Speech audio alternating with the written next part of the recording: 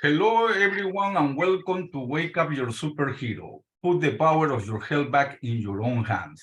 This 5-day global event will bring together medical doctors, holistic health practitioners, experts, visionaries, and wisdom keepers.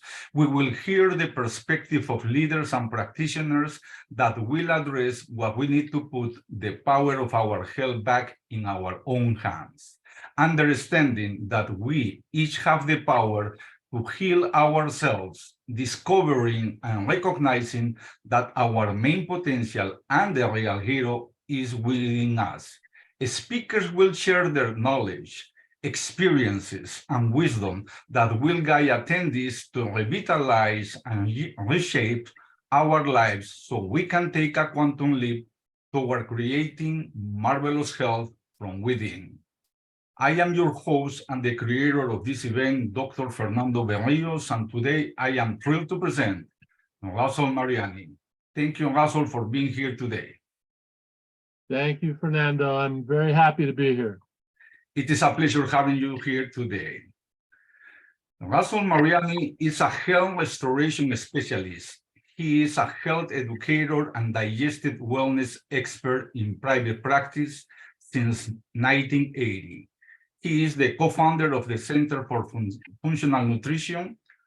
He is the author of 2 books, Healing Digestive Illness in 2006 and Principle Eating, the No Diet Way to Complete Health in 2020.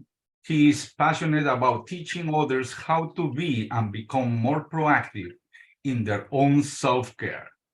Well, also, the topic that you are sharing with us today is how to unlock your cellular superpowers. And I would like to start asking you this question. How did you become a health restoration specialist? Yes, thank you, Fernando. And hello to everybody out there watching and listening. And thank you for doing this. I think this literally is the most important topic that we could be talking about and sharing different perspectives on.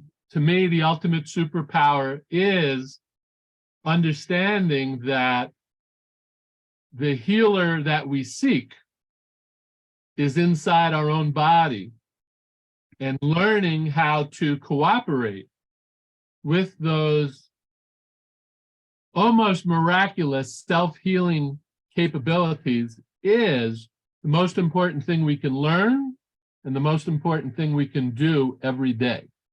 And I know for having been in private practice for so long, 43 years, that most people are confused about what food to eat, what diet to follow, what supplements to take, detoxification, so many different subjects. So hopefully through this conversation today, we can make it easier for people to understand and make it easier for people to apply, practice in their own life some of these basic principles and habits that I've come to refer to as, functional medicine, functional nutrition. But it really is about unlocking the potential inside our own body so that the healer within can heal us. Because that's the new paradigm, cellular regeneration. So how did I become a health restoration specialist? I think that was the first question. Yes. Through my own self-healing process. I grew up in the suburbs of New Jersey, about 30 miles west of Midtown Manhattan, New York City. And in most ways, I was a completely normal kid. I was a good student. I was a good athlete. I wasn't aware of an alternative medical world. I wasn't aware of anything beyond normal breakfast, lunch, and dinner. I grew up with the standard American diet, just like so many other people. But by the time I had reached 18 years old, actually in the summer before my 18th birthday, I went on a very strange diet for the first time in my life. My high school basketball coach had come to me and said, you need to go on this high protein diet. We need you to be a little stronger and, put on a little more muscle. So I said, all right, coach, anything you say. So I literally went on, and this is 1972. So the quality of food and the guidance given for a high protein diet was kind of non-existent. So I literally just started eating a lot more meat, drinking a lot more milk, eating a lot more cheese. And if I had any vegetables, it was totally by accident. And so literally within a few months, I started developing symptoms, kind of IBS symptoms, gas and bloating and discomfort, irregular bowel movements, but I never connected the dots to my crazy high protein diet. So time went on and I just kept getting worse. And I was just using over-the-counter medications like Pepto-Bismol and Kaopectate, one remedy for constipation, one remedy for diarrhea, one remedy for heartburn. And I didn't really know how to do anything else. And then unfortunately, or fortunately, one night I came home from a basketball game and I had a very scary episode where there was blood in the toilet bowl. So I ended up going to a gastroenterologist, had a colonoscopy, and at the end of that session, the doctor told me that he thought I had colon cancer. And I was like, what? How's that possible? I was totally healthy a few months ago. He said, we have to do more tests, but it's very messed up in there. It's very inflamed.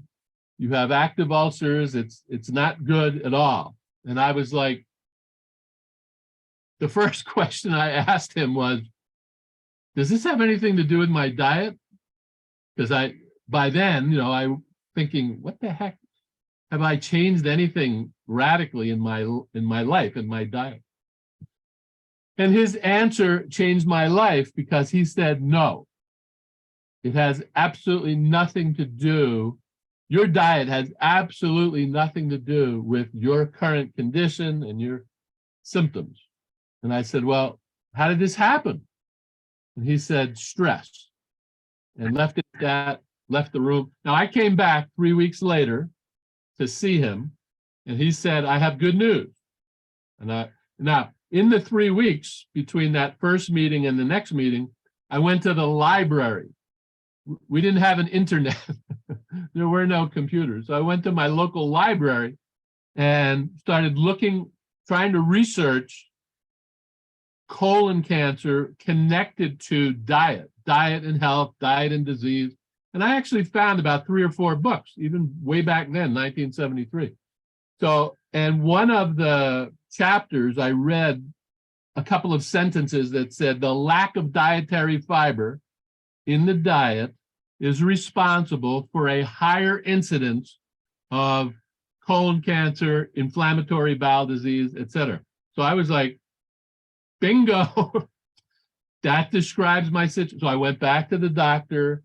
I was very excited. I brought in the books. I said, look, there's definitely a connection between this crazy diet I've been on and my symptoms. And he said, young man, don't self-diagnose. I'm the doctor. You don't know what you're talking about. There's no connection at all. And by the way, I have good news for you. You don't have colon cancer, or not yet. And I said, well, what do I have? He said, you have precancerous ulcerative colitis. I said, well, what's that? He said, it's an incurable inflammatory bowel disease. And I said, well, what's the good news about that? How is that good news? He said, well, don't worry. We have medications. You'll have to take medications every day for the rest of your life, and that will relieve your symptoms. And I was like, I don't want to relieve my symptoms. I want to be totally healthy again. I want to be 100%. So So I left the office that day knowing two things. One, that I wasn't going to go back because I didn't like the way I was treated. I didn't like the way I was mistreated in my mind. And the second realization was I'm going to have to figure this out on my own. So again, I was very lucky, even back in 1973, where the alternative healing world was still very small. When I went out looking for help in terms of learning about the connection between diet and health, diet and disease, I stumbled upon the macrobiotic community, which was pretty well established at that point and had made the connection between traditional diets and chronic degenerative type conditions. So I went on this very simple diet of organic quality whole foods, and literally within a few days, I started feeling better. And within a few months, all my symptoms were gone. So as you can imagine, that really got my attention. And so I completed my undergraduate studies. I went to a normal university, Rutgers University in New Jersey. But all the while I was in my undergraduate studies, I was an English major and a philosophy major. I always had this in the background that I wanted to study. I wanted to pursue, this information about diet and nutrition and health and healing. So once I graduated, I went to school. I moved to Boston and started studying macrobiotics. And I was actually one of the first students to graduate from that institute back in 1979. And in 1980, I started to help other people who were looking for alternatives to allopathic medicine or a strict approach. In other words, they wanted something beyond medication or surgery, as I had wanted back in 1973. So I've continued to take classes, I've continued to attend seminars, I've continued to read books, I've continued to work with mentors to learn this body of work that today we call functional medicine or functional nutrition. And so that's the basis of my work, and that's the basis of what I now try to teach other people. Fantastic. That's a nice journey from that time to now, and especially with that situation that you live with that doctor. Well, now that we're still talking on restoring our health, what are the most important things for people to know about restoring their health? Yeah, that's a great question. So I think the most important thing is like we said in the very beginning, the most important thing for people to understand is that their body, your body, my body, our body is genetically designed to heal itself. Every cell of our body knows exactly when something goes wrong. We call that dysfunction. And if the dysfunction lasts long enough, it turns into dis-ease. Every cell has the ability, has the knowledge, has the wisdom, has the practical know-how to not only identify a problem as it begins, it has the wherewithal to signal to the nucleus. Now we're talking about cellular health. Our health depends upon the health of our individual cells. The body is made up of at least 100 trillion cells, and every single cell knows how to heal itself, knows how to repair itself, knows how to restore balance.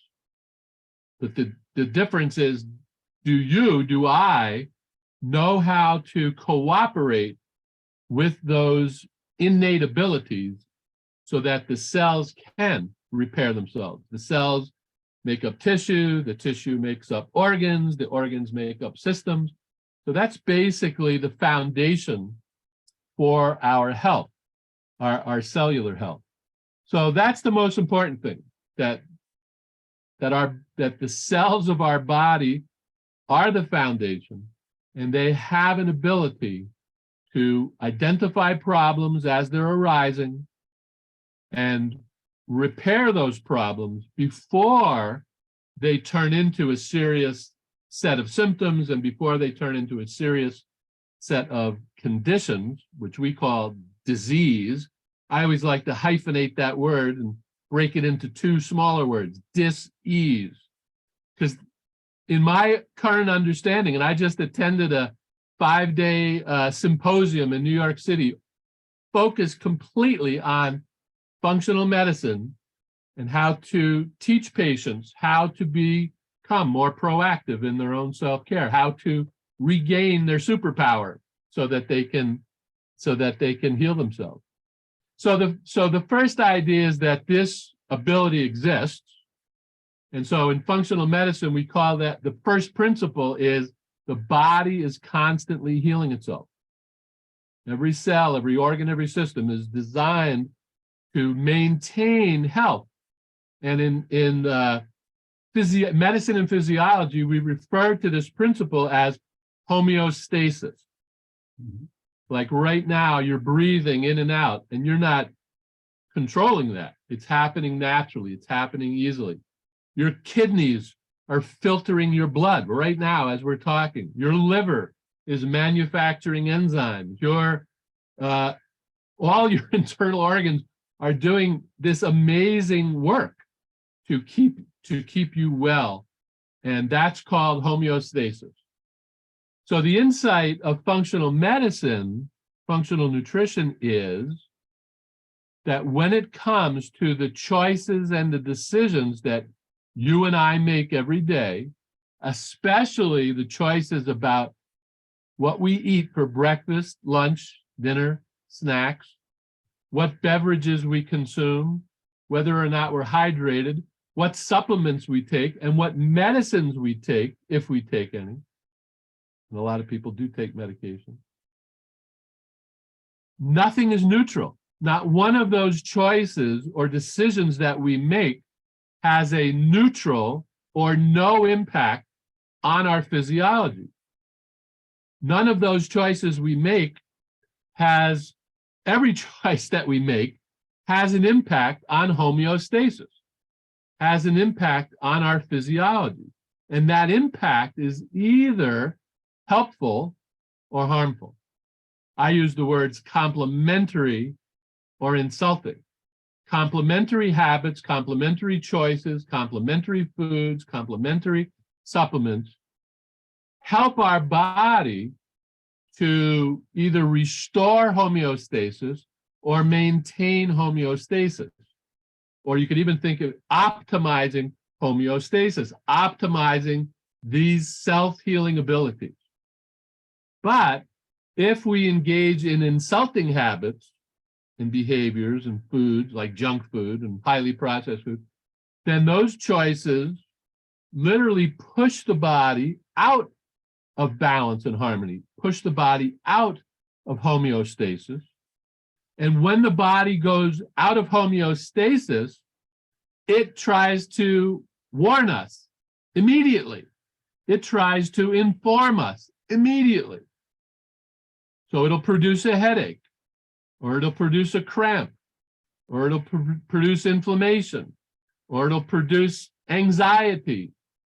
So all the negative symptoms, when they first appear, the problem is that we don't notice when they first appear, but when they first appear, they are messages from our body, from the doctor inside of our body, from the healer inside of our body to say, hey, you're engaging in too many insulting habits. You have to stop doing that so that I can take good care of you, so that I can keep you disease-free. So it's an amazing process. It's an amazing well of knowledge. And it's very exciting to not just understand these things, but to be able to teach people the difference between the complementary habits and the insulting habits. So that's basically how I help people restore their health. I go through an evaluation process. They tell me, I'm on paper, on a form, so that I know exactly what they're doing every day in terms of meals, in terms of supplements, in terms of medication, in terms of habits, whether they're hydrated, whether they're getting enough sleep, whether they're getting exercise. So all of those things. And then I help them to see, well, these things that you're doing are insulting to homeostasis, and they're probably causing the symptoms that you're suffering from. So if we transform those insulting habits into complementary habits, that's the path to allow your body to heal itself. That's the path to allow your body to start functioning normally again. Fantastic. So basically what people they need to do is just to, in order to restore their health and keep it in a good way, is have a healthy diet, obviously exercise, sleep well, and all those things that people they should know, and to improve their quality of life. Yes, exactly, 100%. So for a lot of people, they hear these things every day, and they say to themselves, I know that.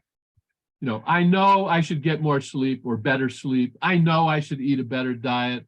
I know I should be properly hydrated. I know I should exercise. I know I should avoid junk food.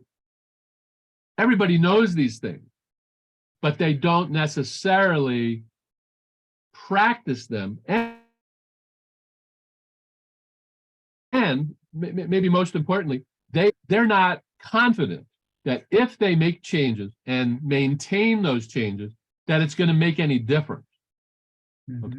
So I know for a lot of people that So somebody might try something for a couple of days, or maybe as long as a week, right?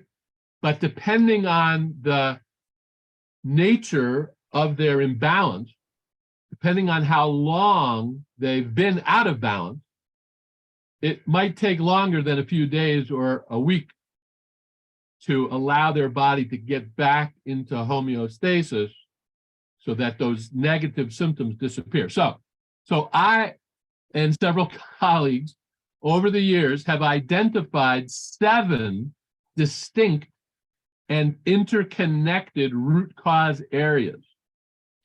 And so I walk everybody that I work with one-on-one through a process to evaluate their habits in each of these 7 root cause areas. So maybe we can talk about each one of these areas briefly, and then people will have a much better sense of, you know, what they need to do or what they need to start looking into to begin to make these changes.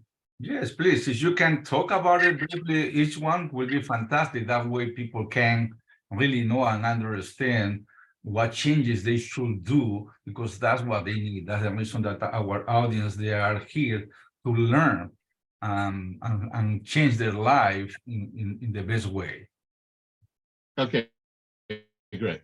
So this is my favorite thing to talk about. The 7 root cause areas. Sometimes I refer to this as the roots of health. And the analogy is important because if you were to examine the health of any plant, whether it's a flower or a vegetable or a tree, and you wanted to figure out why that particular plant was not healthy, you would examine the soil in which that plant or tree was growing. And you would discover, when you examine the quality of that soil, that there were deficiencies, mineral deficiencies, and bacterial deficiencies. And if you could restore all that to normal levels, then that plant, that flower or that vegetable or that tree would literally start to heal itself, literally start to get well again. So it's the same thing with us. In my book, the first book I wrote, Healing Digestive Illness, there's a picture of a tree with roots, and the quote underneath says, "Food is the soil from which the tree of our own life is grown."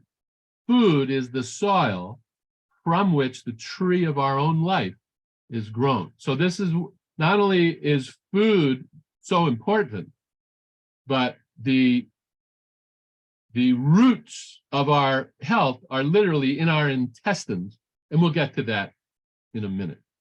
We'll get to that in a minute. So what are these 7 root cause areas? The first area is what I call mindfulness, and it definitely relates to what you're all thinking. The first thing you think about when you hear that word mindfulness means being more aware generally, and in the context of what we're talking about, it means becoming more aware of your relationship to all the things that affect your health, okay?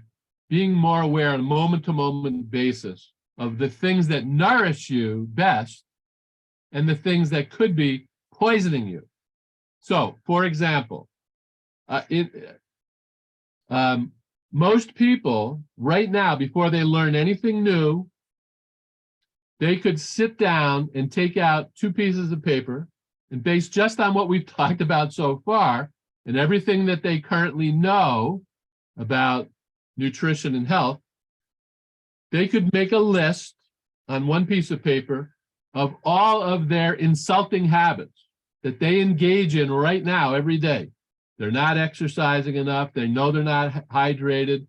Maybe they eat too fast, or they eat late at night, or they overeat, et cetera, et cetera.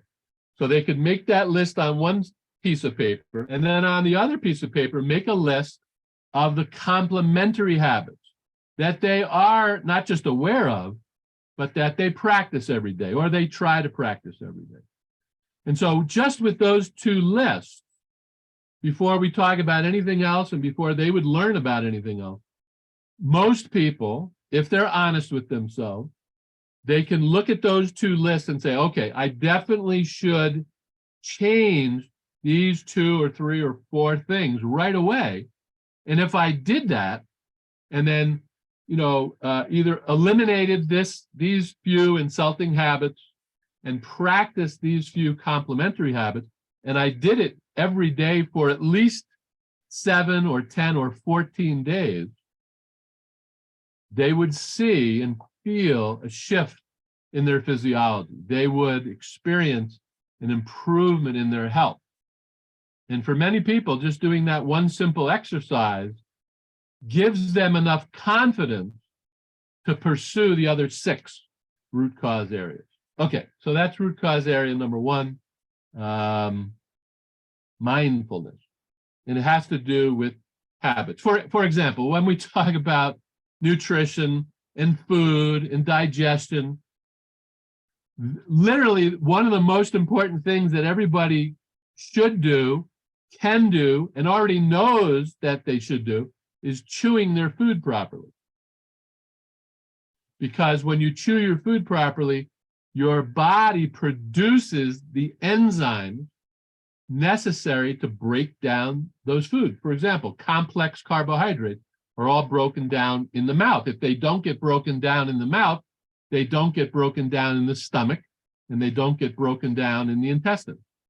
And again, so it's an example of nobody questions that you should chew your food properly, but very, very, very few people do that. So if you just made that 1 change and did it very attentively, mindfully, for a week or 10 days, you would see a big improvement.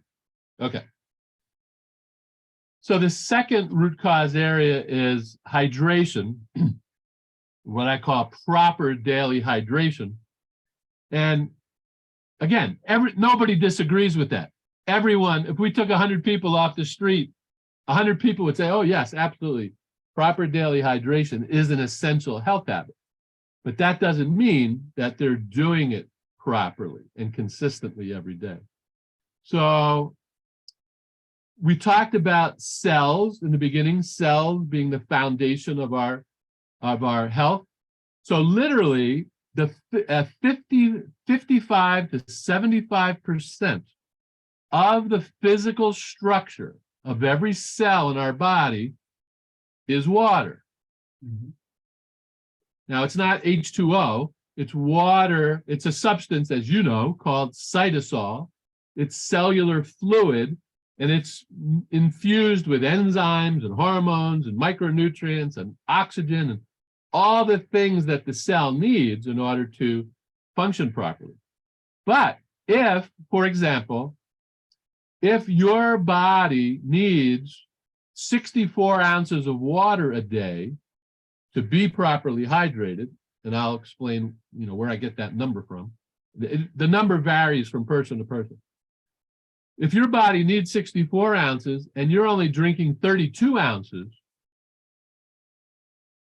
then you are chronically underhydrated every day by a lot, by a whole quart of water.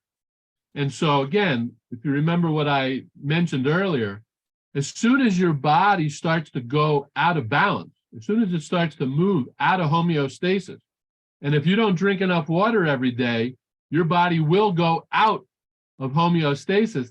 The first symptom associated with chronic dehydration, chronic underhydration, is a headache. Mm-hmm. Isn't that interesting? And how many people suffer from headaches? And then if you're not properly hydrated, you start to become fatigued. You start to get tired. Because if your cells are not properly hydrated, they can't produce enough ATP. They can't produce enough energy. Some people, when their body gets dehydrated, the nervous system, the cells that make up the nervous system, start to get very stressed out because they're becoming dehydrated. And so that person might manifest anxiety or depression. So it's so interesting. So each of these 7 areas has something like this.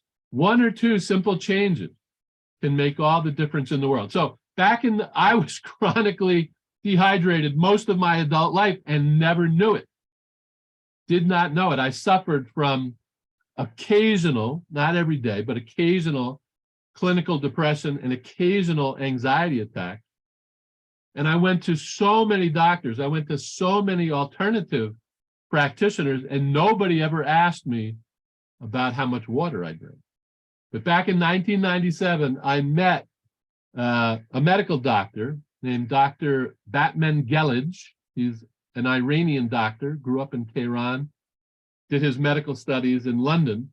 And he wrote, his first book was called Your Body's Many Cries for Water. And the subtitle of his book was, You're Not Sick, You're Thirsty.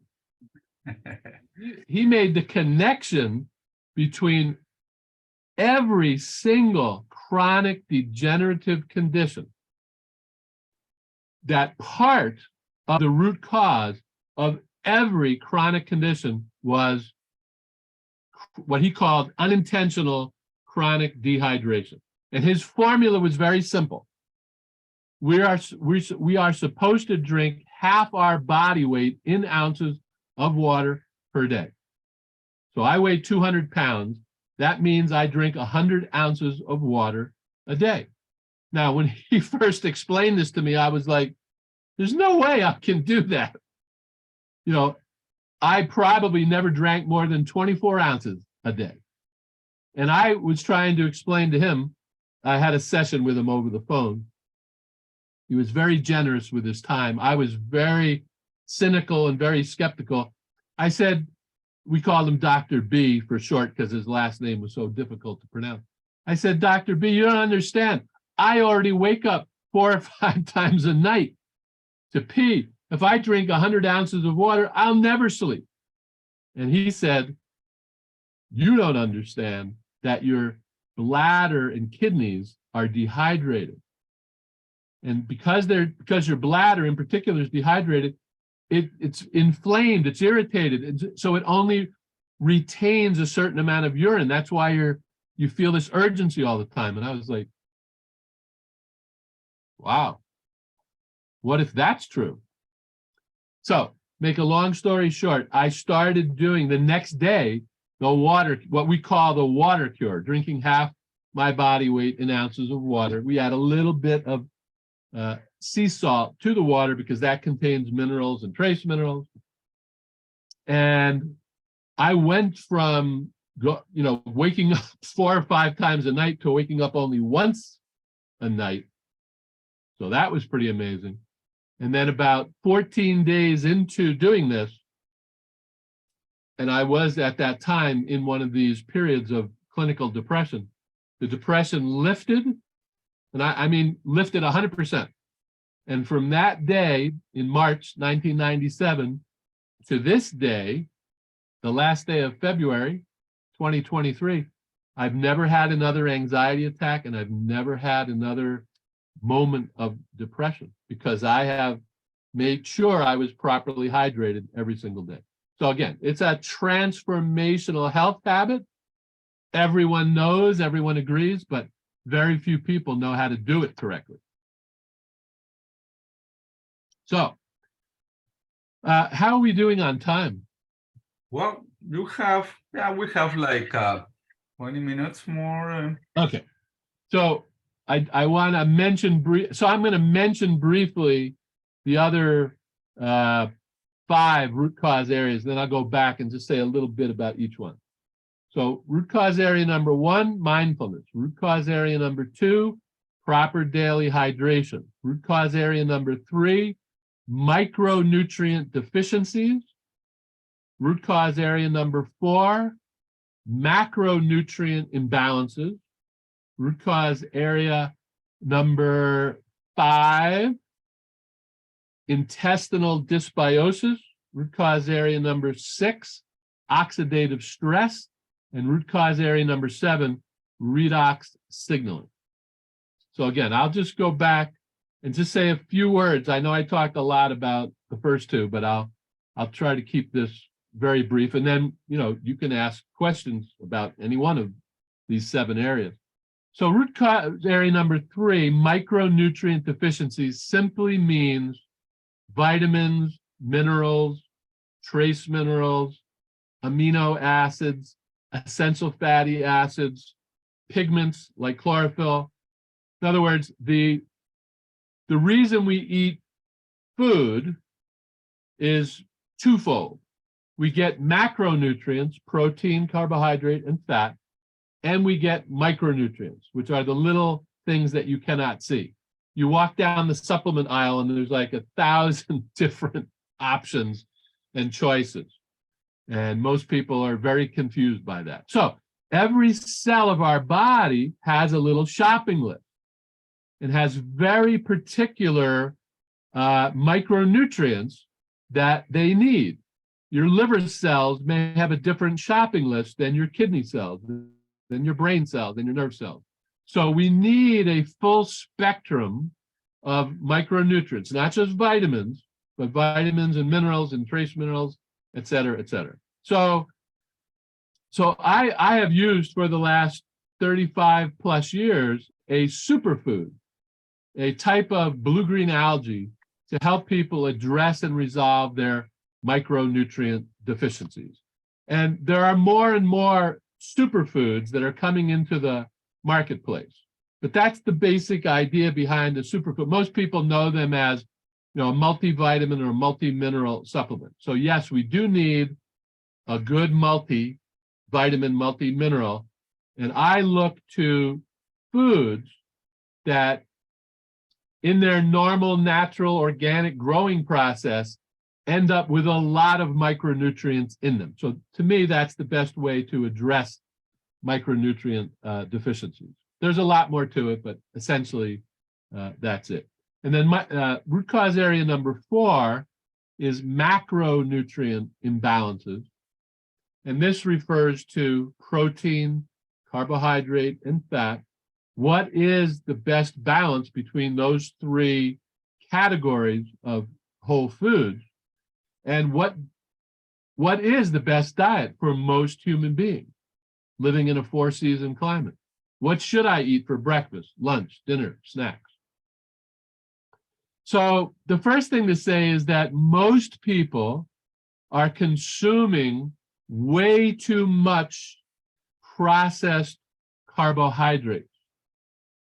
processed grain in the form of flour, bread, pasta, cookies, cakes, pies, chips, things like that. Way, way too much. I mean, way more than traditional people ever consume. Traditional people consume whole grain, rice, oats, barley, millet, beans. In fact, most third world countries still today, the staple foods are rice and beans. And so these have traditionally been the foundational foods for most cultures of the last 5,000 years. Cooked whole grain, cooked beans, root vegetables, cruciferous vegetables, vine vegetables, green leafy vegetables, fermented vegetables, seeds and nuts, fruit, and then animal foods. You know, all your meat and fish and fowl, and then what did I miss out? Well, I think I mentioned dairy. So all these different food groups are part of a healthy diet. You don't have, in my opinion, you don't have to be a vegetarian. You don't have to be vegan. If you want to do those things, fine. But as long as the quality of the food is good, and that's why organic does mean something. The organic farmer doesn't use pesticides and herbicides. The organic farmer makes sure that the soil is really healthy. This healthy soil produces healthy food plants. So I have followed myself, a very simple whole foods diet, you know, taking foods every day from all those groups that I just mentioned. But most people don't consume enough cooked whole grain and enough cooked vegetables and enough fresh salads and fermented vegetables. Those foods that I mentioned right there can easily make up 50% or 60% of your daily diet. And if you do that and reduce the processed foods, you'll see significant improvement in your symptoms, in your health. Root cause area number 5 is what we call intestinal dysbiosis. And what that means is living inside of our body is this amazing ecosystem of organisms called the human microbiome or the intestinal microbiome. This is, most people have heard the term probiotics. Probiotics are healthy bacteria. So I mentioned earlier that the body is made up of 100 trillion cells, and that's a big number. Living in the intestines, and the digestive system starts in the mouth, goes down the throat, then the stomach, and then we have 24 feet of small intestine, followed by 5 to 6 feet of large intestine. If you were to take that out of the body and spread it out, it would cover an entire tennis court. So there's a tremendous amount of area inside of our body where digestion takes place, absorption and assimilation of nutrients takes place, and of course the elimination of waste takes place. The number of individual organisms has been estimated to be at least 1,000 times 100 trillion. And this is why, or partly why, the gut health, the intestinal health, has such an impact on the rest of our body. Because if we were to define the body just based on the number of cells, what we normally think of as the body is only 10% of what we are, again, just defined by the number of cells. So living in that ecosystem, so we're supposed to have 80% of all the organisms that live in that microbiome be probiotic, healthy bacteria.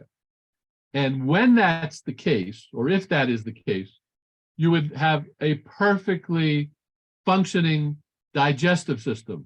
No gas, no bloat, no cramping, perfect bowel movements every day, very regular, no constipation, no diarrhea, no heartburn, and your immune system would be really healthy.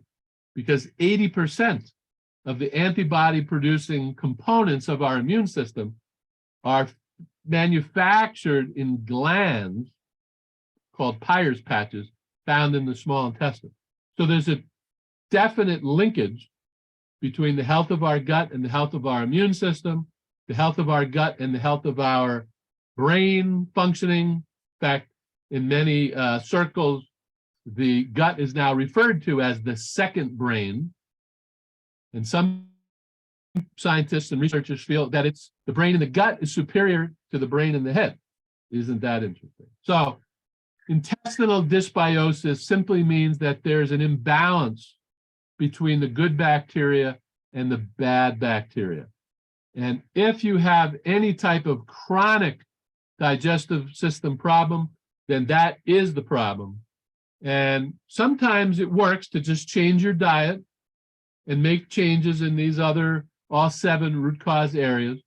But sometimes the level of dysbiosis is so bad that it needs more intervention. And I describe this in my book. I describe this in my video course. Like using specialized herbs, we could get in there and dramatically reduce the population of the bad organisms so that we can restore a healthy balance of the good organisms.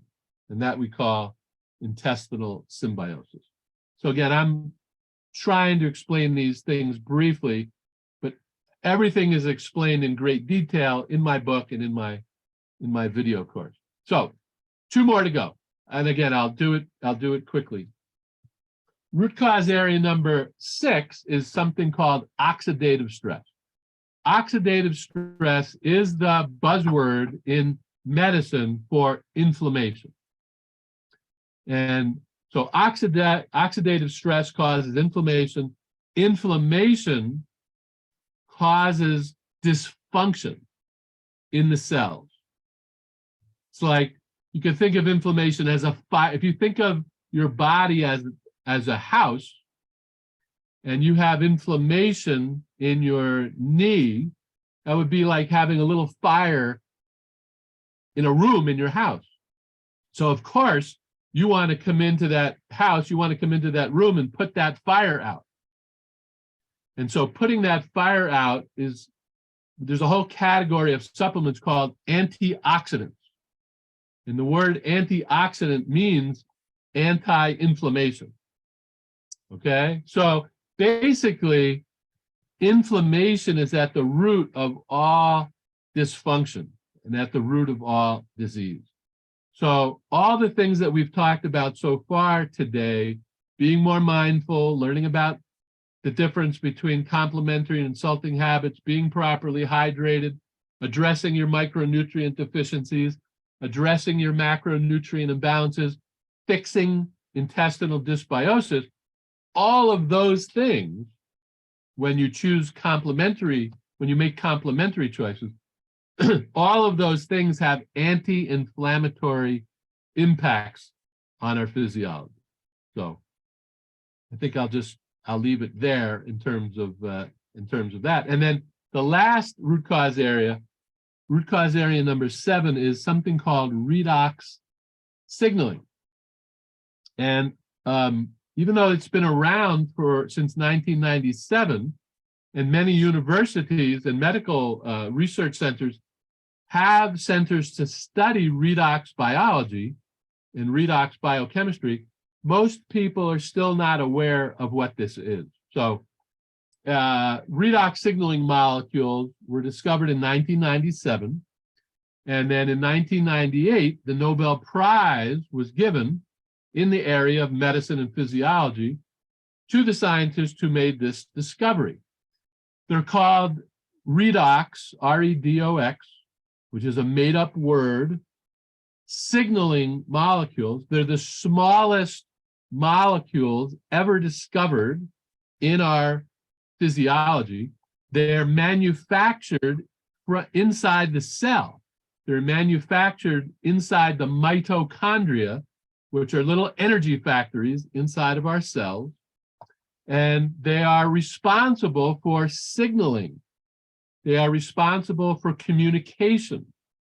you remember back in the beginning of our conversation, I said that every cell of our body is genetically programmed to detect damage as soon as it starts happening.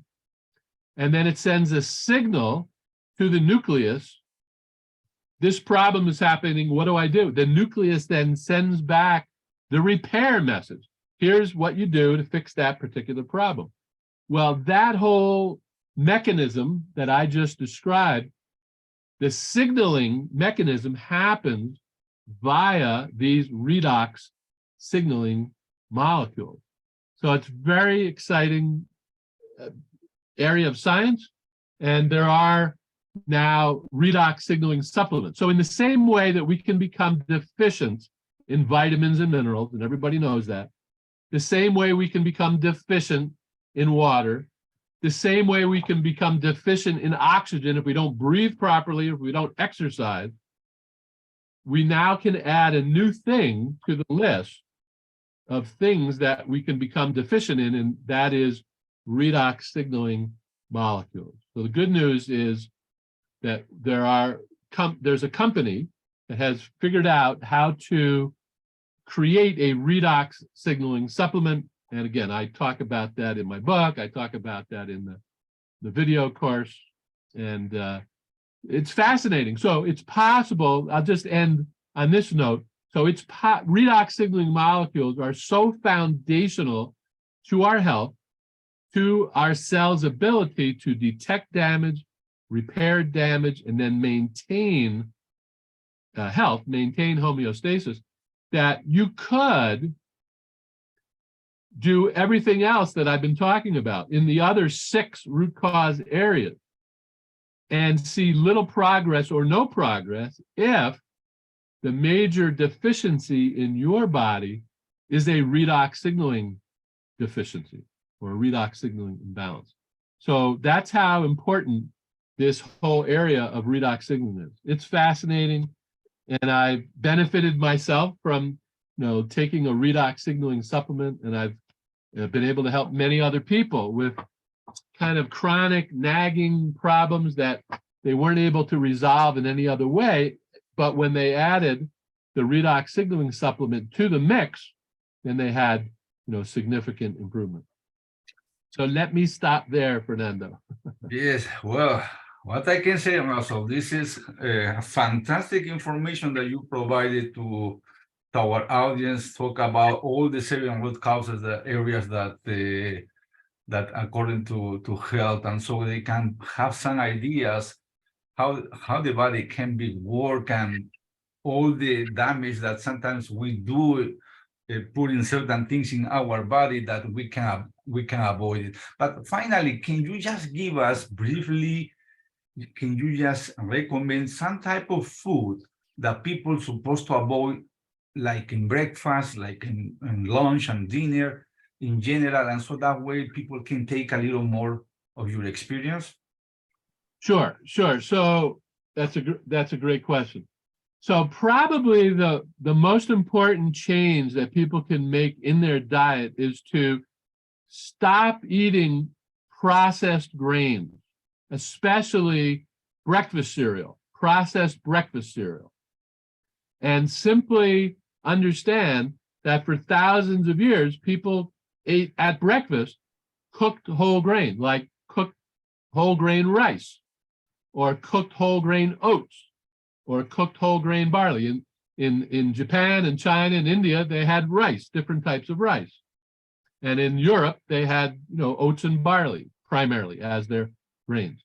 So you can make a delicious whole grain cereal porridge, and 1 cup of rice, 2 cups of water, clean the rice, of course, bring it to a boil, let it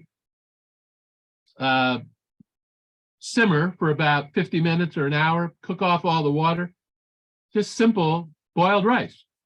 Now, you can have it plain, or you can have it with some dry roasted sunflower seeds or dry roasted walnuts, or have it with some fruit, or have it with yogurt, or have it with vegetables, have it with a little fish, a little chicken. So a lot of people think that breakfast is only like eggs and bacon or pancakes and sausage or cereal. or fruit and granola or things like that. But you can have cooked whole grain and many other things to complement the grain. So if they made that one change and started having cooked whole grain at breakfast time or at lunchtime or at dinner time, but having it at breakfast is really important because it sets the day in motion of having whole food instead of having processed food. Okay? So that's usually the first thing I encourage people to do. Move away from processed grain, refined carbohydrates, and start consuming more complex carbohydrates in the form of cooked whole grains, cooked beans, and cooked vegetables. I would just give a plug to root vegetables, onions, carrots, parsnips, turnips, garlic. The root vegetables are the most connected to the soil organisms and soil bacteria, and they're very good for all negative health conditions. And then lastly, the single vegetable that always comes out rated number 1 in terms of its micronutrient density and its antioxidant properties are Brussels sprouts. Okay, so it's a superfood. It's literally the most nutrient-dense vegetable that we have. And the other cruciferous vegetables are important: broccoli, cauliflower, and cabbage. But Brussels sprouts, the number 1 vegetable. Wow. Well, great. I appreciate for all this information, and I imagine the audience is very happy with all this information that you have shared. You have a free gift for us. Can you tell us about it? Yes. So the free gift is an ebook. This book, which is the book I published in 2020, it's called The No Diet Way to Complete Health. I wrote my copy on it. So The No Diet Way to Complete Health. So you will receive, upon request, the ebook version in a PDF format. So it's very easy to download and very easy to read. So everything I described today, and of course, a lot more detail will be in that book. Everyone who are watching and listening can claim this gift by scrolling down below this video recording. Thank you so much, Russell, for everything that you have shared with us and for this fantastic gift. I am very grateful for this amazing opportunity to have you here with us. How can people contact you or get more information about your work and your books? Well, thank you, Fernando. Thank you for this opportunity. Really enjoyed being with you here today. And I hope everyone got something out of this. I hope everybody learned something new or were reminded about something that they can do right away to improve the quality of their health and life. So the easiest way to contact me, if you just write my name down from the Zoom screen and just Google my name, Russell Mariani, you'll go right to our website. The website is kind of a long name. It's the Center for Functional Nutrition.net. So for most people, just easiest, Google my name, you'll go right to our website. And from our website, of course, you can learn about how to work with me one-on-one. I offer everyone a free 30-minute, what we call first step conversation. And then, of course, you'll see you have access to my video course, which is called the Course in Functional Nutrition, where I not only explain all these things, but walk you through a process via video about how to do all these things, or you can purchase the book. So. Fantastic. Is there any final thoughts that you would like to share before we close out this interview today? Yes.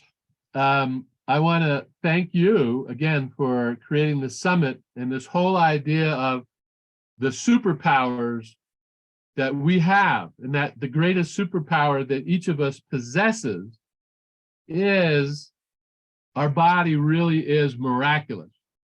You know, our body really has the capability to repair itself and heal itself. But it depends on us to learn how to cooperate with it. So my parting thought or share is simply that the most important thing that we can learn is about our own body. The most important relationship that we have is the relationship between me and my body. And what I mean is, this is why I'm so passionate about teaching people how to be and become more proactive in our own self-care. That is our ultimate superpower, to learn how to heal ourselves, to learn how to cooperate with our miraculous self-healing abilities. Definitely. I am with you, Russell, in this point. People, they should know, first of all, their body. And that's the reason of the name of this summit. Thank you again for your time and all that you have shared with us. Have a beautiful rest of the day. And thank you, everyone, for being here today. Thank you. Thanks, everybody. Thank you, Fernando.